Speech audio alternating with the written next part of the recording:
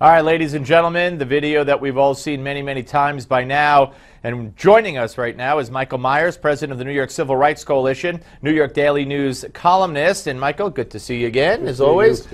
All right, and we haven't talked about this, so I don't have any idea where you fall on this right now.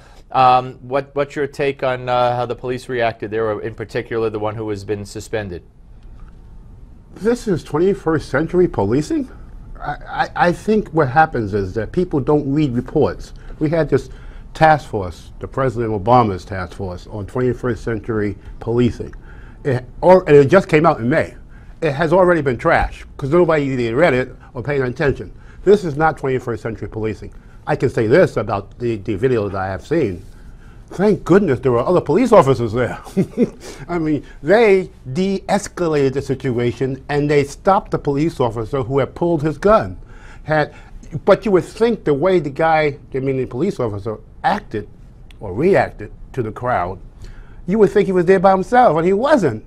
There was a full phalanx of police officers present. Well, I think at first he was pretty much alone. Then the backup came. The backup, there were police officers. When he pulled his gun, there were lots of police officers there and cars. But if you, and we're watching it right now, let's keep it rolling. You'll see when he pulls his gun, he's trying to arrest her. The police officers are there. Well, but he's trying to arrest her, and look what happens. The two guys. Well, he didn't arrest anybody. No, one person was a male. But he's got her on the ground, and apparently he's trying to. Well, we're not going to see it here. Two black men ran up to him, and I think we'll see it now, and confronted him. Well, right there, you can't. That's a threatening situation if you're a cop vulnerable like this. Yeah, I'd pull my gun too. I wouldn't shoot it, but I would definitely pull. Look how he holstered it. He unholstered it, and then he put it right back after they went. He didn't chase them. He didn't shoot at them. You got to protect yourself. That's your view. Yeah. My question is, what the heck is he doing on the ground, pushing that girl? Well, that's it. No, buts. No, yes, because look at the whole video. Because now you're going to a different story. So you're saying that the two black teens who came to confront the officer were justified because the girl didn't belong on the ground? What I'm saying to you is there was a pool party. There was an argument. There was a fight between adults who came and started racial.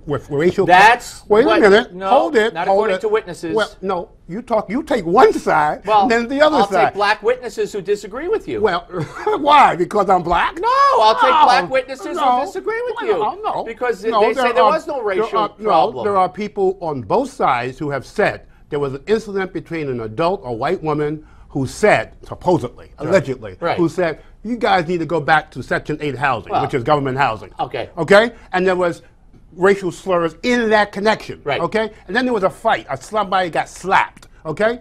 When police officers respond to a situation, they don't know who's guest. Right. They don't know who's not doesn't belong in the neighborhood. Right. And as I understand the facts, the facts may change, and I am open-minded to understanding once you have an investigation. Because remember, hands up, don't shoot. As I understand it, the facts were there was a pool party, and the person who had the pool party was a black girl, 19 years old. Okay. It was her party, and she lived there. Okay. Well, a radio talk show host from that who lives in that community, in that homeowners association community, it's his pool. I mean, as a homeowner, he said that people who didn't belong there came there, and 7 people rooted for everybody based on the fact that you're only allowed to investigation on his part. Well, he knows the area. He lives there. Yeah. All right. Well, the police officers, when they respond, they don't know anything like that. And that's the point. Exactly. They get a call saying there's all hell breaking loose at this party. People are in fights. People are attacking people. They come. They want to restore order. Get down on the ground until they can figure out what's going on. All I can say to you is that police officer needs, if he hasn't ever had yet, he needs psychological tests. I don't think so. I think you need to. I think when you read the reports, the government reports that have been put in the file 13, trashed. Yeah. When you read the government report, you read the Kerner Commission report, you read the President Obama's 21st Century Task Force on Policing, and when you read Mayor Giuliani's task force report on policing in New York, these are not new problems. Okay. These are old problems. And police officers are supposed to de-escalate a situation. They're not to provoke. By telling people, and you know what? They're not to use excessive force when not necessary. And if the cop, other officers weren't using excessive force. Had said to the girl, get down. Okay, but if the cop had said to the girl and others, get down, and they don't, then it's their responsibility to listen to the cops. Is it not? That cop is out of control. Think so. I don't think so. Well, I know you don't think so. And you know what else? But I'm telling you, if the police, why was he on suspended then by his commander? Are you kidding? Because of I'm not kidding. Because of CNN and the NAACP and the political pressure. Come on. And I'll tell you what. That's not a basis in terms of your patrol guide to suspend anybody. But that's the real world. No. That's your world. And I'll tell you what else. That's your world. And I'll tell you what else. My world exists in facts and evidence. Cops are going to look at this, and they're going to see what happened here around the country, and you're going to have more crime in Baltimore, more crime in Chicago, and it's going to reinforce the notion to cops that why the heck should I? Did you believe Police Commissioner in New York City, Police Commissioner Bratton's column today,